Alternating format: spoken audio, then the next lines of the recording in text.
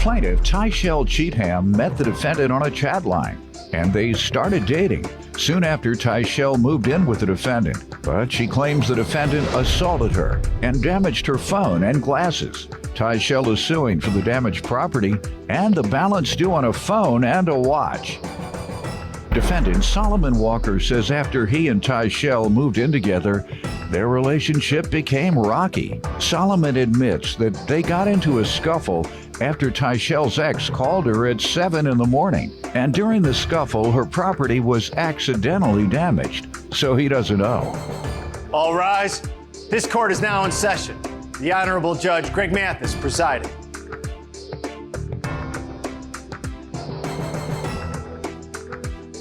You may now be seated. Start with you. I met Mr. Walker in November of 2014, and we met on a chat line. From there, we hit it off. We had a good friendship. We had a lot in common. How long did you all chat before meeting? We maybe a few months after that. Really? Why so long? Did you all live in the same town? We lived in the same town, yes. Damn, his game that slow? Go ahead. So, Your Honor, during the time of me meeting him, I was not in a stable housing situation, so Mr. Walker asked me to come live with him in his home. Hey, he was doing everything he can by then. He wanted you to move in, drive the car, everything. Go ahead. So I moved in with Mr. Walker. We hit it off in the beginning. We discussed having children together. And at that time, I decided that would not be the right thing for me to do. Why? Well, given my current situation, I was busy and I had other endeavors with other children. Okay. And I needed to focus on those things. That's what was important for me at that time. Good. How did things go when you all were living together? On and off, hot and cold. What were the problems? There was a lot of jealousy between him and I. Who was the jealous party? He thinks that I talked to other men. I was texting other men the same way I met him. And he got jealous of my family, my sisters. He didn't like me talking to you were closer to them. I was very close to my sisters, yes. I'm still very close. Now that happens, but how did he figure or think or imagine you were cheating? Were you chatting with other men like you were chatting when you met him? Yes. And living with him? Yes. Well, the only person I was talking to at the time was my daughter's father, and that was just a relationship established just to see how my daughter was doing. Okay. Understandable. Sir, let me hear from you on this. Okay, so we met on the chat line, that's true. And pretty much, that was in 2016 though, you know what I mean? And she was a great woman, you know, she's beautiful, smart, all that. And after meeting her, we was on the chat line for a little while, then 4 months later, she moved in with me, and we really made things serious when she moved in. And I took her seriously when she moved in. You go to church?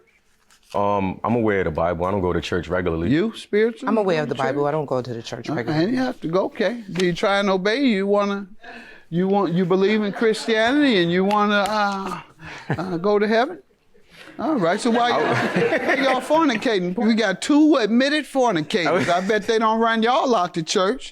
But because those are sins. And the point I'm getting to, and I always have to reinforce this, the church really comes down hard on homosexual folks.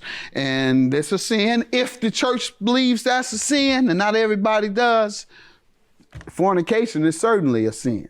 And so you all are sinning just like the gay folks are sinning in the church. Let's do it. You're going to burn. Eternal damnation. Hi. So, I would preach if I wasn't such a sinner. Go ahead. So tell me about catching her. So all right, so she moved in. It was going good, you know. We talked about raising children, and I even talked about helping raising her children and things of that nature if she needed help. And we was going forward on that. And then, fast forward to like maybe July, you know, we had a miscarriage. That was unfortunate. It made the relationship a lot more rockier than it was. You had agreed to have a child with him. It wasn't a verbal agreement. Go ahead. It was a physical agreement. You're right. Go ahead. And so after the miscarriage, she gets a FaceTime phone call, which is like a face-to-face thing. And this happened around like 7 in the morning. And I think it's one of her ex-men or ex-boyfriends or baby daddies or what have you. And like, I'm like, why is he calling at 7 in the morning? I pick up the phone, like she comes at me to take the phone from me. I'm like, no, I want to see who you're talking to. I want to see who's attempting to call you at 7 in the morning. She grabs for the phone. I'm grabbing for, I always have the phone in my possession. I'm grabbing for it. We going back and forth and everything. And the phone. I'll let her tell me about that All right, part. the phone breaks and her glasses break. Ma'am? Yes. You tell me about that. That's what you're suing for, the damaged property in addition I'm suing to... for my damaged property of my iPhone. This is the phone that was damaged, Your Honor. Tell me what happened. Well, on May of 31st of 2018, I got the phone call. I got the FaceTime message, like he said, and it was my daughter's father calling me. But he wanted to tell me some things. He wanted to ask me some questions about my daughter.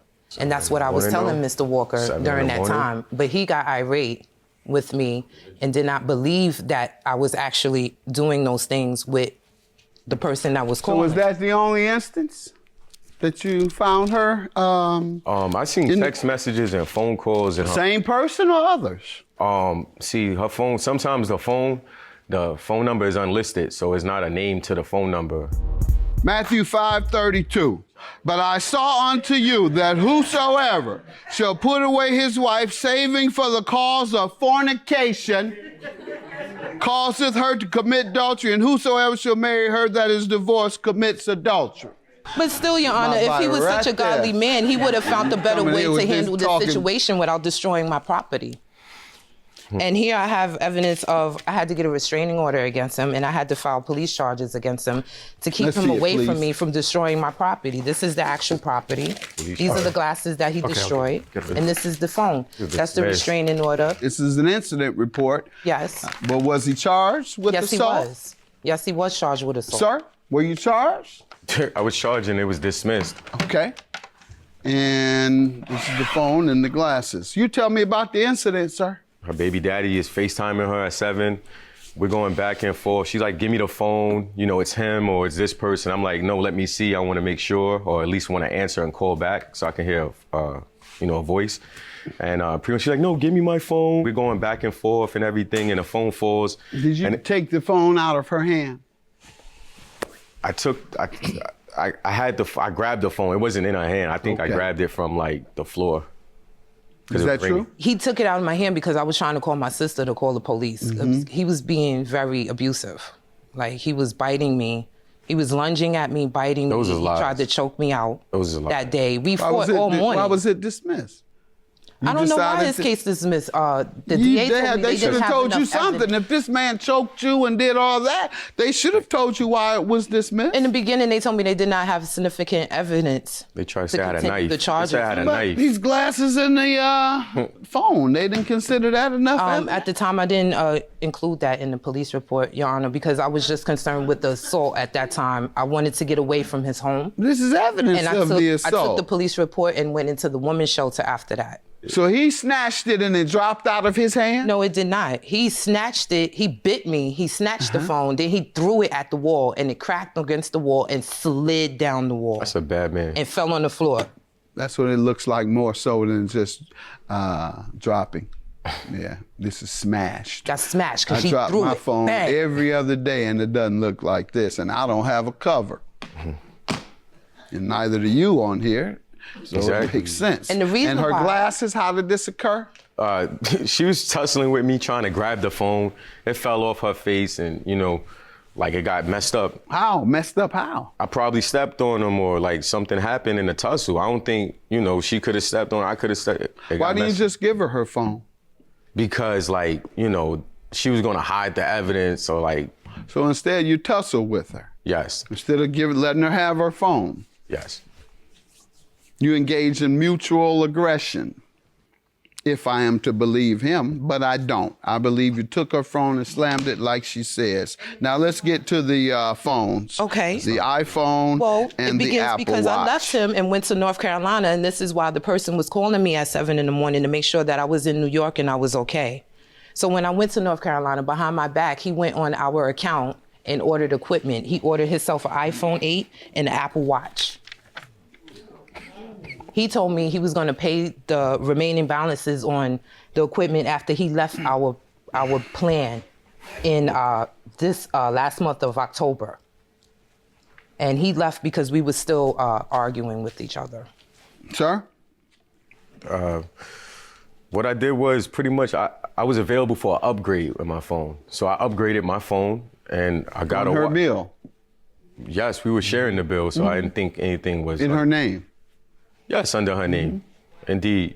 We was at the time sharing a bill, and at the time we both signed, like I thought, a contract, which we both shared, so I thought we coexisted under that way. Oh, his name is on the contract? His name is on the contract, but I am the primary account holder. Okay, go ahead. You know, I thought it was up to my ability to upgrade, so I proceeded to upgrade, you know? Okay. And that's really all I did. Did you proceed to pay? I paid per month, yes. You paid He what? upgraded Per to a month. whole nother carrier, Your Honor. He left my whole carrier and went to another carrier. did and left eventually. me with the remaining balance. You have the balance? Yes, I did. So if she shows me a balance that's just for your line, why shouldn't you pay? Sir? Because I would think we both liable for it. Not for your purchases? How's this woman gonna be liable for your purchases? Because we was together. Yeah, your mind isn't working right. All right, I don't have sufficient evidence, direct evidence of who broke the phone and the glasses. However, when a judge does not have sufficient evidence, but he believes something went on, his challenge is determine who has the most credibility in their testimony. And your testimony lends to more credibility regarding what happened than his. That's why I'm granting you the judgment for the phone and the glasses. And if you purchase something on a woman's account, it's yours, then you pay for it. This woman doesn't have any obligation to pay your bill. Thank you, Your Honor. Thank you. Judgment for the plaintiff. Have a Thank you, good Your day. Honor. Thank you. I just want to say I think you're very irresponsible.